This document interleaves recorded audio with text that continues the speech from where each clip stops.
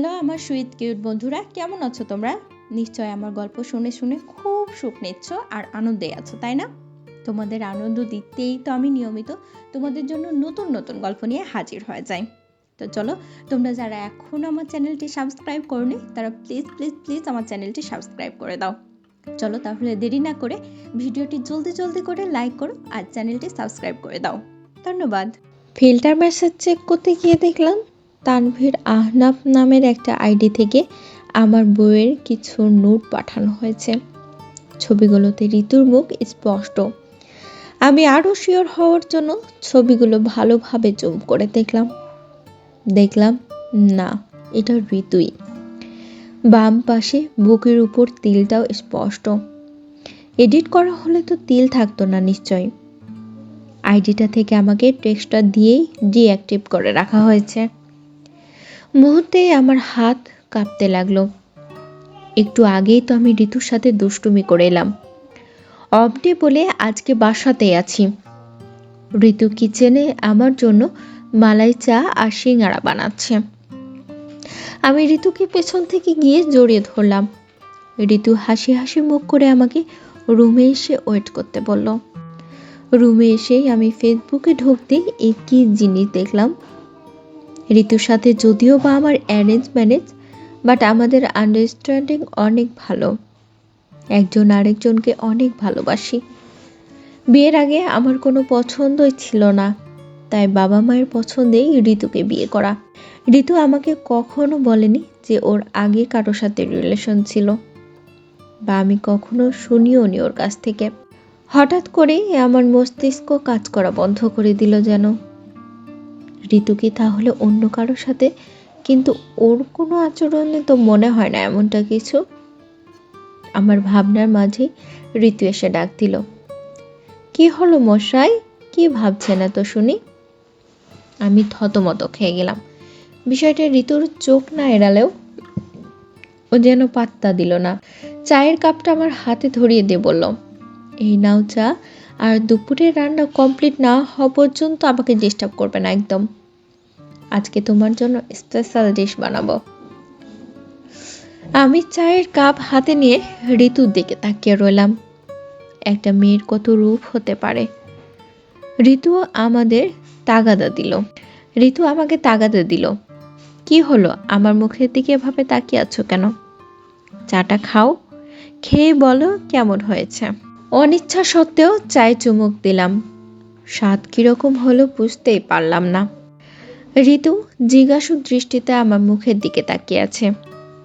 আমি ভালো হয়েছে বলতেই ঋতু আমার দিকে চেয়ে ফিক করে হেসে দিয়ে আবারও রান্নাঘরে ঢুকলো। ঋতুর রান্নার হাত খুবই ভালো, কিন্তু এই চা এই মুহূর্তে আমার কাছে পানসে লাগছে। যে ঋতু এক কাপ গরম পানি দিলেও আমার কাছে অমৃত মনে হতো, এখন এত সুন্দর করে বানানো মালাই, কিন্তু এই মুহূর্তে আমার কাছে পানসে লাগছে চা। কিন্তু এই চা এই মুহূর্তে আমার কাছে পানসে লাগছে। যেই ঋতু এক কাপ গরম পানি দিলেও আমার কাছে অমৃত মনে হতো, এখন এত সুন্দর করে বানানো মালাই চা আমার কাছে বিষাদ লাগছে। সিঙ্গারা তো মুখেই দিতে ইচ্ছে করছে না, অথচ ঋতুর হাতের বানানো মালাই চায়ের সঙ্গে সিঙ্গারা ডুবিয়ে খেতে আমি সব থেকে পছন্দ করি। আমি উঠে আস্তে আস্তে হেঁটে গিয়ে কিচেনে উকি দিলাম। দেখলাম ঋতু গুনগুন করে গান গাইছে আর রান্না করছে। বাবা মা বাসায় থাকলে মা নিজেই সব সময় রান্না করে, ঋতু টুকিটাকি হেল্প করে। তখন 3-4 দিন হলো তারা দেশের বাড়ি গিয়েছে, আরও সপ্তাহে খানেক থেকে তবে আসবে। আমি ভাবতে লাগলাম, ঋতুকে কি সরাসরি জিজ্ঞেস করব নাকি ছবিগুলো দেখাবো? না, নিশ্চিত না হয়ে ঋতুকে কিছু বলা ঠিক হবে না। আমি অন্য একটা আইডি খুলে তানভীর আহনাফ লিখে সার্চ দিলাম। এই নামে বেশ কয়েকজন আইডি পেলাম, কিন্তু কোন আইডি কিভাবে বুঝবো? ওই আইডির প্রোফাইলও তো দেখিনি। কিভাবে কি করব কিছুই বুঝতে পারছি না। ঋতুর যদি কারোর সাথে সম্পর্ক জড়িয়েও যায়, আমাকে তো অন্তত বলতে পারতো। আমি তো কখনোই ওকে আটকে রাখতাম না। আমাদের বিয়ে হয়েছে 6 মাস হবে, কিন্তু ঋতু কখনোই বলেনি যে আমাকে ওর পছন্দ না, বা ঋতুর কোনো আচরণ আমার মনেও হয়নি। ঋতু আমার প্রতি যথেষ্ট কেয়ারিং। তাহলে কি ঋতুর আগে কোথাও সম্পর্ক ছিল? হয়তো আমি জানি না। আর আমাকে এভাবে সব ছবি পাঠানোর মানে কি? আমাকে বিষয়টা আরো ভালোভাবে ক্লিয়ার হতে হবে। বিকেলে ঋতু বায়না ধরল, চলো না বাইরে ঘুরে আসি কোথাও। আমার একটুও যেতে ইচ্ছে করলো না, তাই ঋতুকে বললাম শরীরটা খারাপ লাগছে। ঋতু আমার কপালে হাত দিয়ে বোঝার চেষ্টা করলো জ্বর টট এসেছে কিনা। কি আশ্চর্য, শরীর খারাপ কি আশ্চর্য শরীর খারাপ হলে কি খালি হাত দিলেই বোঝা যাবে? ঋতু আমার মুখের দিকে তাকিয়ে বলল, তুমি কি কোনো ব্যাপার নিয়ে টেনশন করছো? চোখ মুখ এরকম শুকনো লাগছে কেন? বললাম, না কি হবে, কিছুই হয়নি। আমি স্মিত হেসে বোঝানোর চেষ্টা করলাম কিছুই হয়নি। ঋতু কি বুঝলো জানি না, আমাকে শুয়ে পড়তে বলে আমাকে উল্টো দিকে ফিরেও শুয়ে পড়ল। ঋতু কি বুঝলো জানি না, আমাকে শুয়ে পড়তে বলে আমার উল্টো দিকে ফিরে সেও শুয়ে পড়ল। আউলা ঝাউলা চিন্তা ভাবনা করতে করতে কখন জানি ঘুমিয়ে পড়লাম। ঘুম থেকে জেগে দেখি সন্ধ্যা 7টা বেজে গেছে। বেশ অনেকটা সময় নিয়ে ঘুমিয়েছি। পাশে ঋতুকে দেখতে পেলাম না। উঠে দেখি ঋতু বসার ঘরে টিভি দেখছে। আমি ফ্রেশ হয়ে ঋতুর পাশে এসে বসলাম। মনটা ভালো লাগছে না। ঋতুকে বাসায় রেখে বাইরে আসলাম। এদিক সেদিক কতক্ষণ হাঁটাহাঁটি করলাম।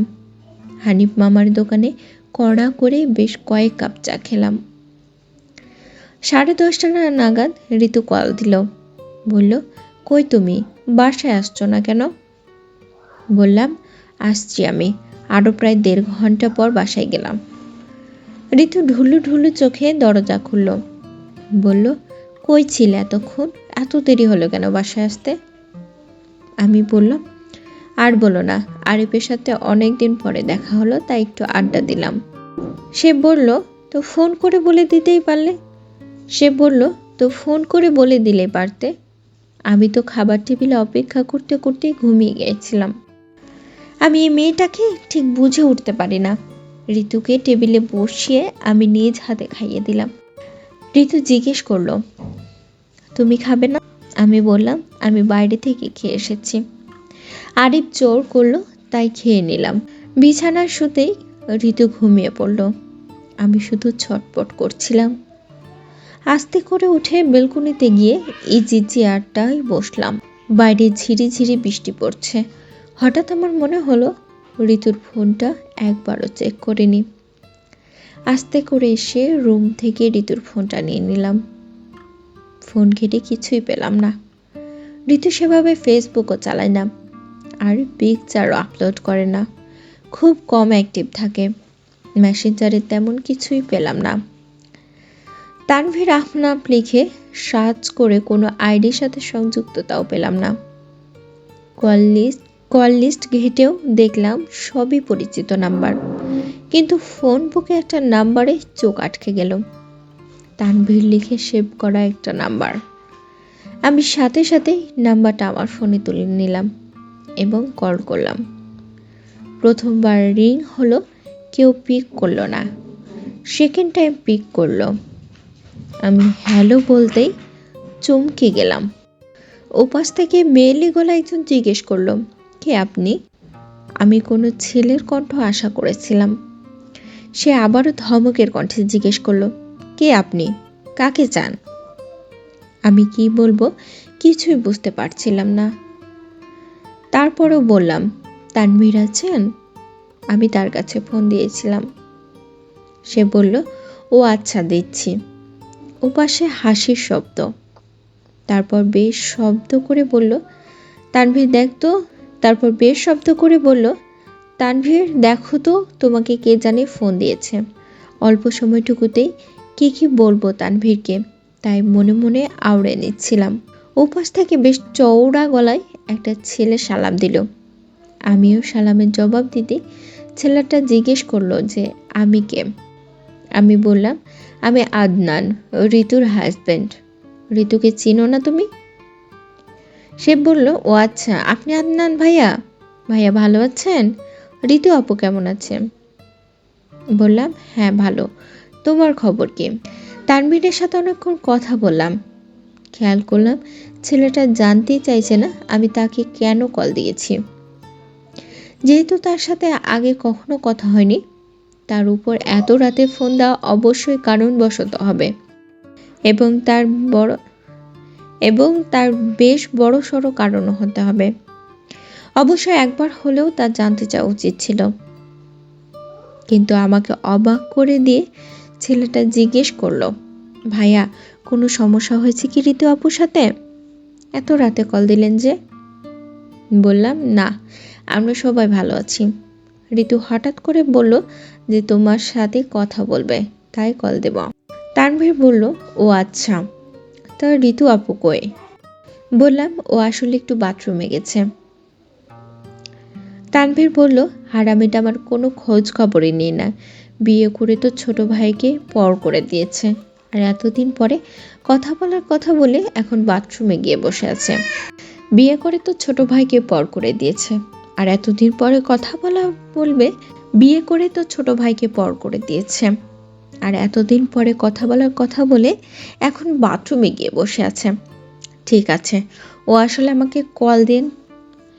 ঠিক আছে, ও আসলে আমাকে কল দিন ভাইয়া। বললাম, আচ্ছা ভালো থাকো, আল্লাহ হাফেজ। কলটা কেটে দিয়ে একটা দীর্ঘ নিঃশ্বাস ছাড়লাম। না, কোনো ক্লু পাওয়াই গেল না। এই ছেলেটা মনে হচ্ছে ঋতুর কোনো ছোট একটা ভাই। সে কেন এই কাজ করতে যাবে?